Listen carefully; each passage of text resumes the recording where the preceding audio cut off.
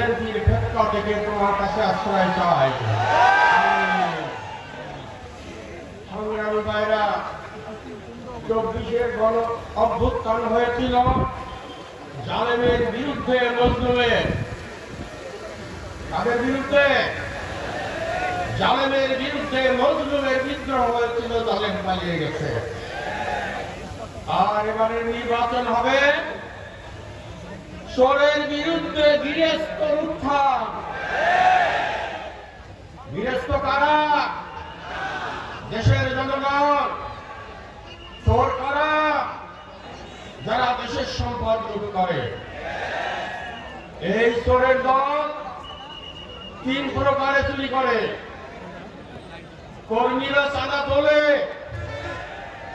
নেতারা ব্যাগ লুট করে, আর ক্ষমতায় গেলে দেশের সম্পদ বিদেশে পাচার করে।